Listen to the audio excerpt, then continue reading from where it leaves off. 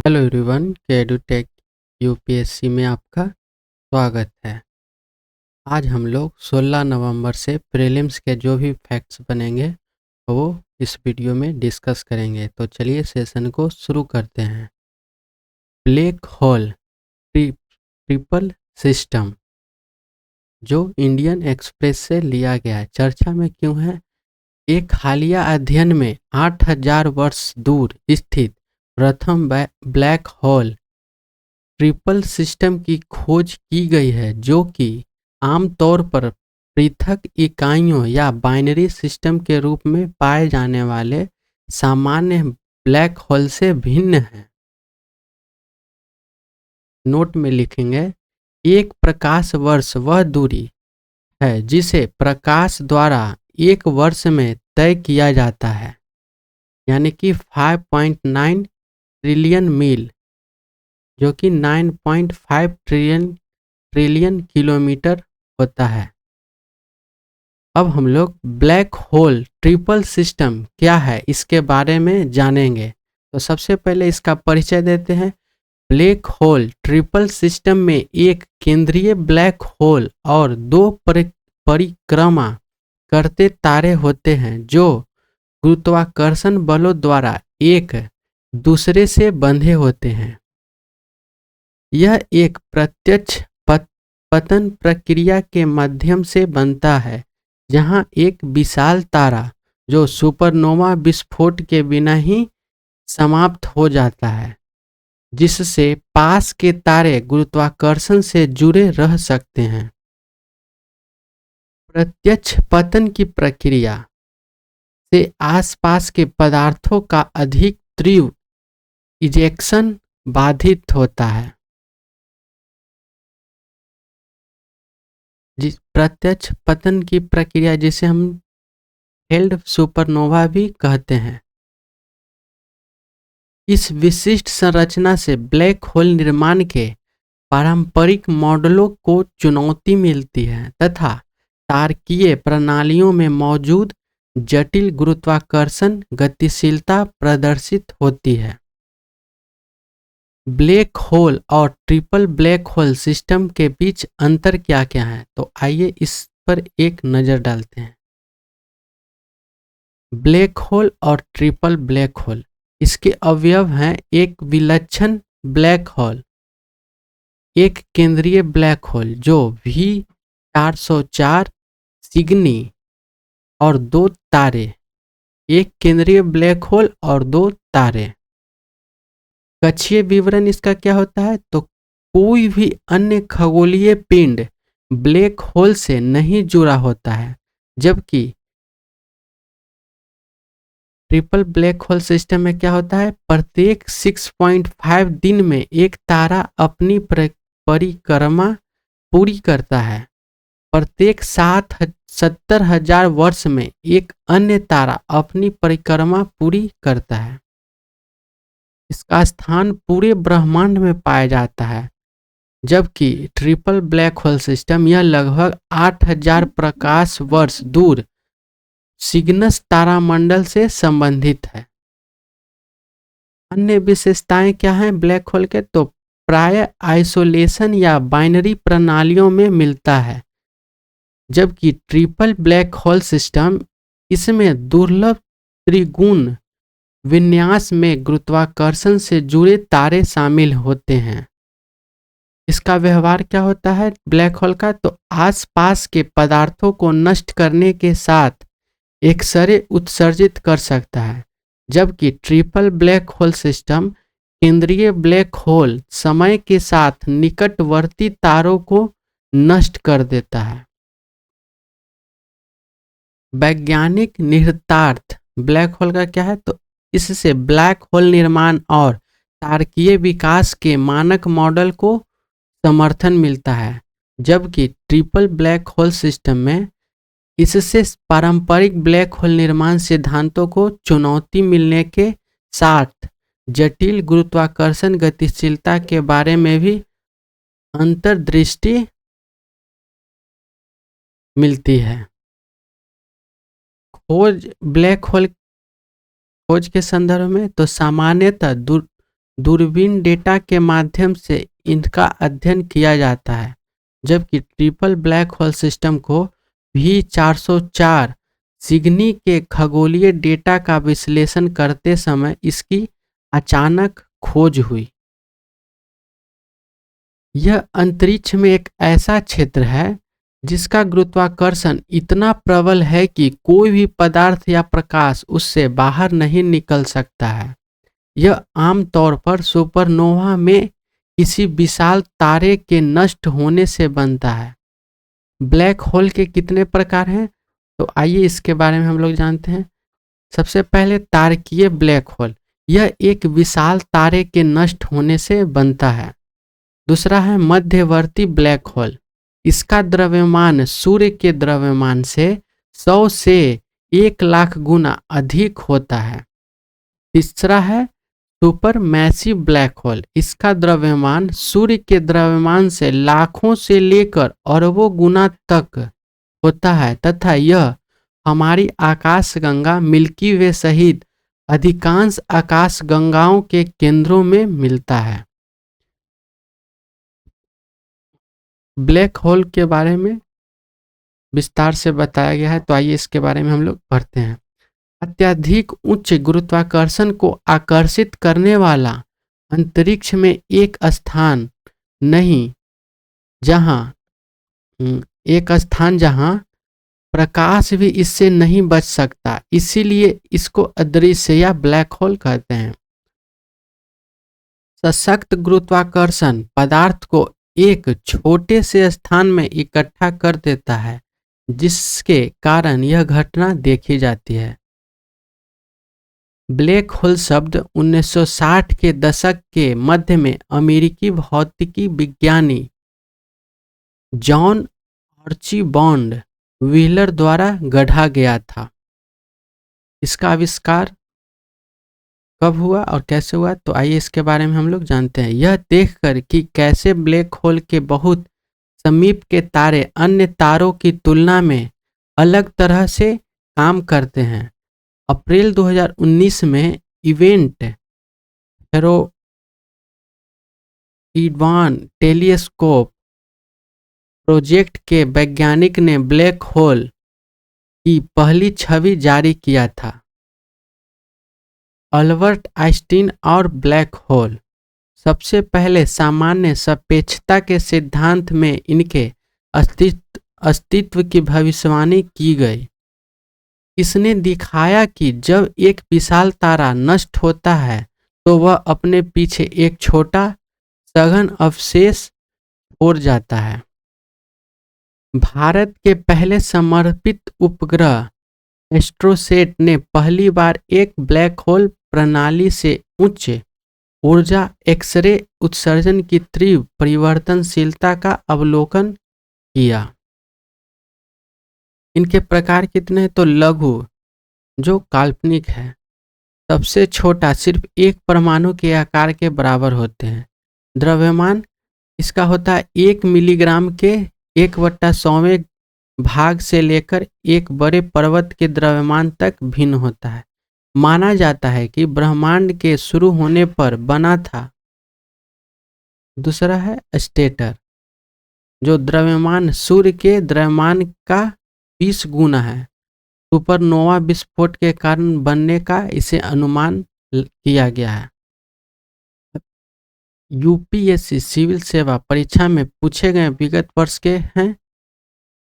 वर्ष के प्रश्न क्या हैं, तो निम्नलिखित परिघटनाओं पर विचार कीजिए। पहला, प्रकाश गुरुत्व द्वारा प्रभावित होता है। दूसरा, ब्रह्मांड लगातार फैल रहा है। तीसरा, पदार्थ अपने चारों ओर के दिक्काल को विकुचित करता है। तो इसका सही विकल्प क्या होगा, तो प्रश्न क्या पूछ रहा है, उपयुक्त में से अल्बर्ट आइंस्टीन के सापेक्षता के सामान्य सिद्धांत का भविष्य कथन में कौन सा है जिनका प्राय समाचार माध्यमों में विवेचना होती है। ऑप्शन ए है केवल 1 और 2, ऑप्शन बी है केवल 3, ऑप्शन सी है 1 और 3, ऑप्शन डी है 1, 2 और 3। तो इसका सही विकल्प हो जाएगा डी 1, 2 और 3। अब आज के दूसरे सुर्खियों को देखते हैं। तो वायनाड भूस्खलन और आपदा की स्थिति, इसे इंडियन एक्सप्रेस से लिया गया है।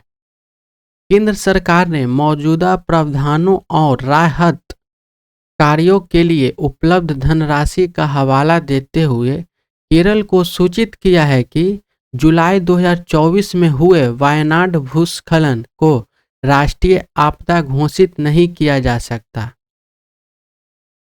वायनाड में भूस्खलन के कारण जान माल की भारी क्षति हुई, जिसके कारण केरल सरकार को राहत और पुनर्वास के लिए केंद्र से 900 करोड़ रुपए की सहायता राशि की मांग करनी पड़ी।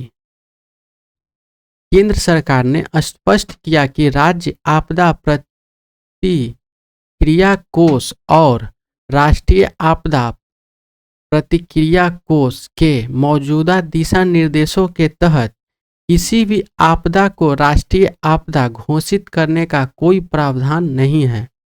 केंद्र सरकार ने कहा कि आपदा प्रबंधन प्राथमिक रूप से राज्य की जिम्मेदारी है तथा केंद्र इसके लिए रसद और वित्तीय सहायता प्रदान करेगा।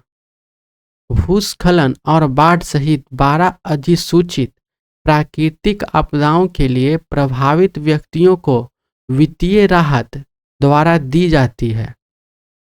गंभीर आपदाओं में अंतर मंत्रालयी केंद्रीय टीम द्वारा मूल्यांकन के बाद एनडीआरएफ से अतिरिक्त धन राशि आवंटित की जा सकती है।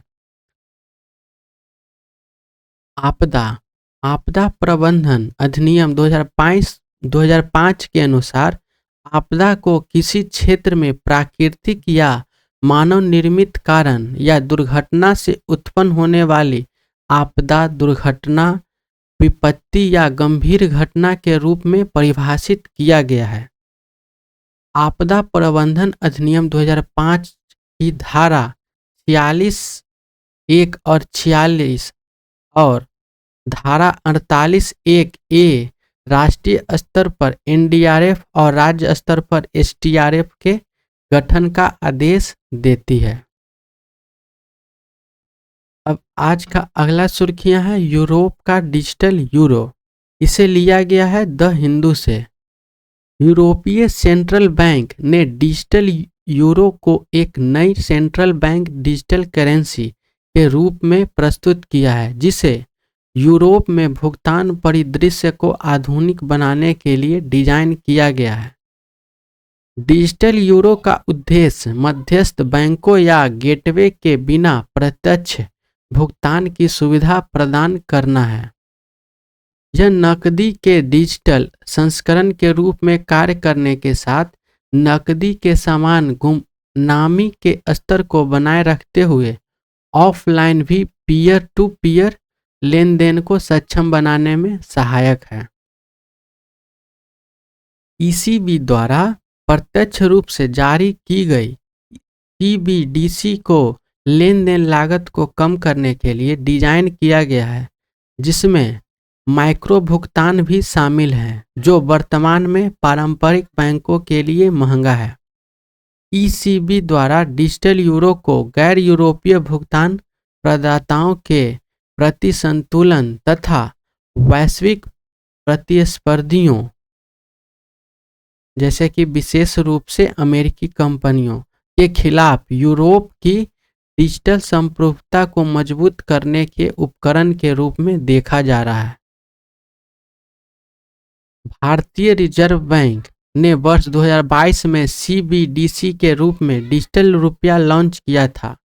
सीबीडीसी कागजी मुद्रा का एक डिजिटल रूप है और नियामक शून्यता से संचालित क्रिप्टो करेंसी के विपरीत ये केंद्रीय बैंक द्वारा जारी एवं समर्थित कानूनी निविदाएं हैं। तो डिजिटल रुपया क्या है, इसके बारे में हम लोग जानते हैं। तो भारतीय रुपयों का एक डिजिटल संस्करण है।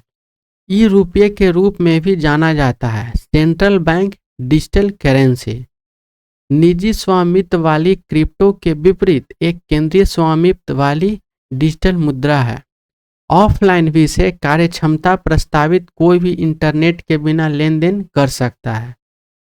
10 देशों ने सीबीडीसी की शुरुआत कर दी है, जिसमें सबसे पहला है वर्ष 2020 में बहामियन सैंड डॉलर तथा सबसे नवीनतम है जमैका का जेम एक्स डेक्स। इसके लाभ क्या क्या हैं? तो लाभ है वित्तीय प्रणाली में न्यूनतम व्यवधान और यह जोखिम से मुक्त है। जैसे कि क्रिप्टो के साथ देखे गए जोखिमों के विपरीत यह लोगों को डिजिटल रूप से मुद्रा में लेन देन का अनुभव प्रदान करता है।